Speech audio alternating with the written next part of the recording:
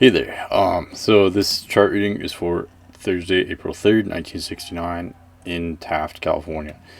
And you don't have the exact birth time, although I think you said it's probably in the morning-ish. So I'm using this chart. If you're born anytime up until like 1 or 2 p.m., this chart will be accurate with Moon in Libra. Anytime after, like I'm just kind of guessing, but anytime after maybe 1 or 2 p.m., the Moon would be in Scorpio, so it would be a lot different. But I'm just going to use this chart. I think this is accurate, so let's just go with this.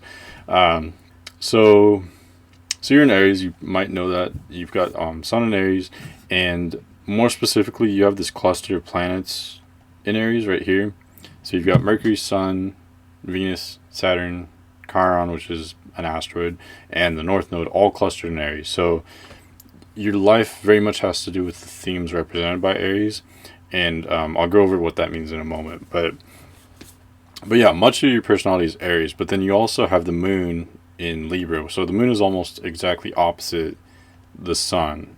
And basically what that means is you're born right around a full moon. I think just after a full moon. Um, so, so what happens is like because the sun and the moon were in such opposite places, you have two distinct opposing yet complementary parts of your personality. One is an Aries, so it's very fiery and outgoing, and it likes to be spontaneous and impulsive. It likes to start new things. It's very confident, very fiery. I think I said that already. It just you would just very much relate to the typical Aries personality. Aries just is so fiery and energetic, and it so feels itself. It knows itself very well, and it knows exactly what it wants, and and it's very active, and so it just feels itself and the energy that it has so strongly that sometimes it could be maybe a little bit overly self-focused, or Aries can be a little bit domineering at times, but that's where your complementary side actually, like the way your chart is laid out, it actually kind of smooths over some of those domineering Aries traits. Because on the other hand, you've got Moon in Libra, so where the outside external layers of your personality are more fiery and outgoing and impulsive and all that stuff, deep down on the inside, like to people who know you very well, you actually have a more old soul part of your personality. So on the outside, young soul, and on the inside you actually have an old soul part of your personality where you're actually more easygoing, more mellow, more observant, and more empathetic. And so it kind of softens some of those Aries traits a little bit. You still might be maybe like Aries does have a tendency to maybe overreact a little bit. It's kind of like warrior energy, so it's really great for like just pushing through something, or I don't know, just getting something done in the moment where you just need that extra fire, that extra oomph, just to push through the moment, if that makes sense. Kind of like warrior energy, or it's like a hunter energy. It's very athletic, for instance. So you have that, but then on the other hand, it could be sometimes a little bit domineering. But the Libra moon kind of softens it out. So the Libra moon makes it so that you do have part of you that thinks before it acts and is more reflective, and what's the word I'm trying to think of, is open-minded, I guess, and takes the feelings and thoughts of others into account. So while you might relate a lot to a typical Aries, you have more of a softness or an easygoingness, which kind of complements the confident initiation of the Aries pretty nicely. You're combining the hotness of the Aries with the coolness of the Libra moon, and so it makes someone who's just kind of easygoing, someone who flows well, and by that I just mean like it's just a well-rounded personality, so you can navigate like very many different situations. So for instance, like it just creates people who will like you're very social. You want to talk to all people of all different walks of life, and you're open to many different experiences. So you might be like the Aries side of you wants to be very involved. It wants to be very like physical, and whether that's like like athletics or physical activity, physically exploring the world or meeting new people, stuff like that. But the Libra moon is more intellectual and more passive, I guess.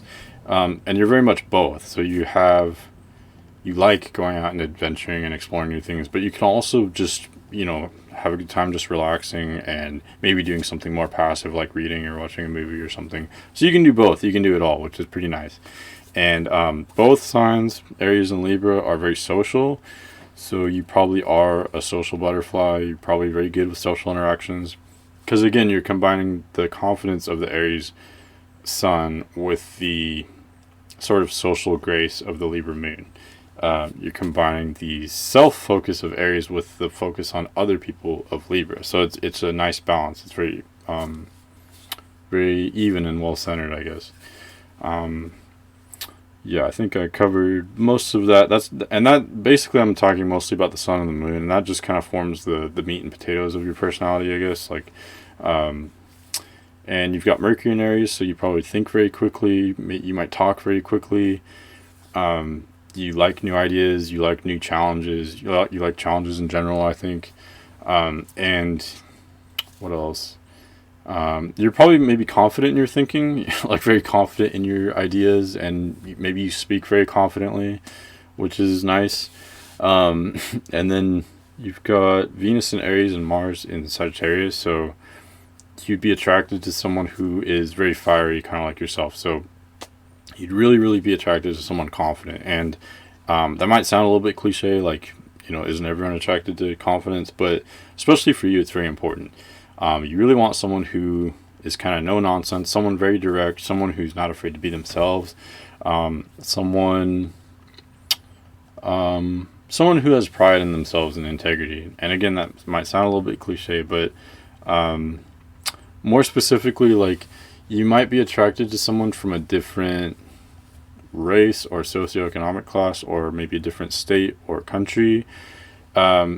Someone from a different world in some way, where being with them allows you to explore a different world.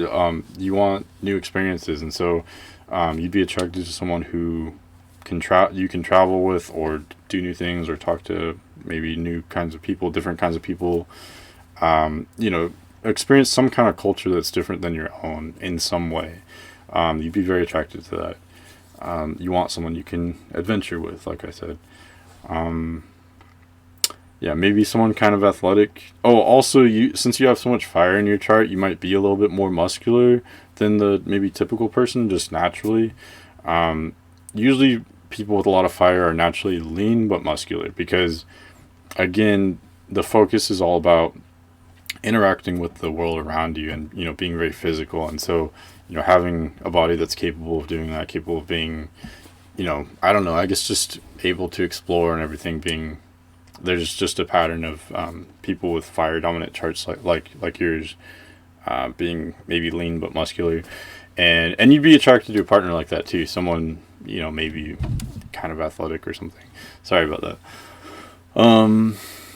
Yeah, so hopefully that makes sense. You've also got Saturn in Aries, so that's a little bit different. So Saturn's kind of where some of our challenges are, especially early in life, but it's something that we grow into and get a lot better at later in life.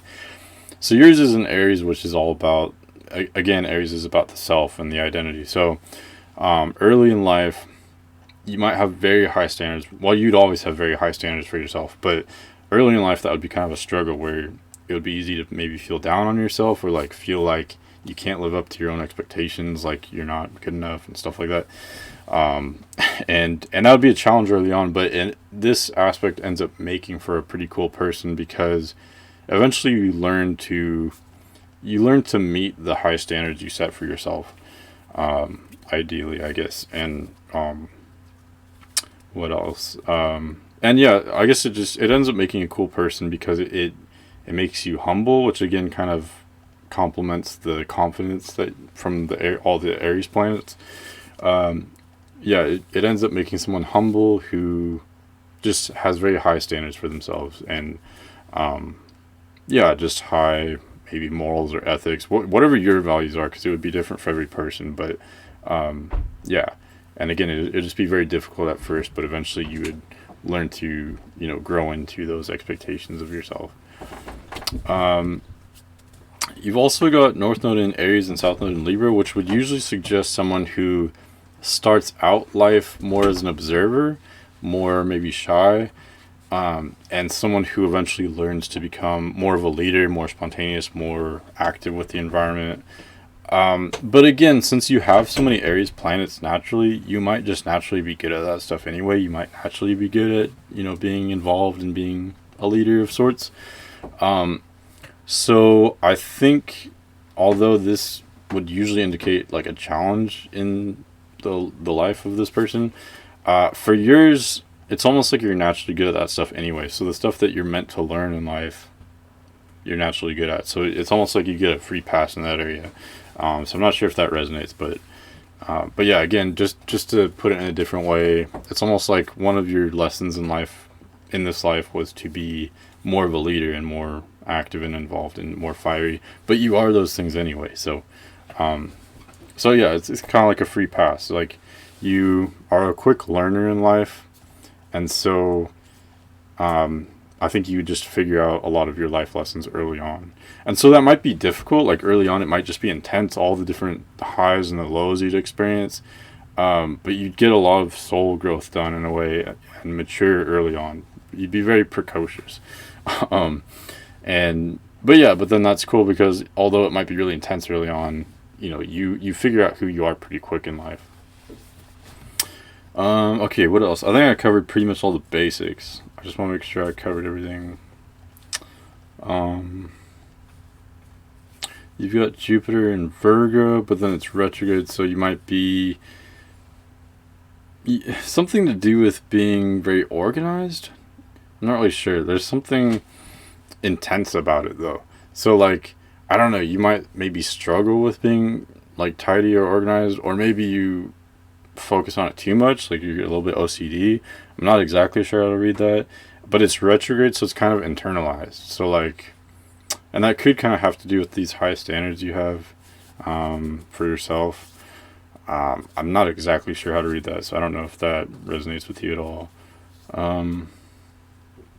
But yeah, I think, like I said, I could read more if I had the birth time, but I think that's pretty much the gist of what I see. So let me know if that resonates at all, because again, I don't know. I'm just going off the chart. So yeah, let me know what you think, and hopefully that was interesting. Thanks for watching.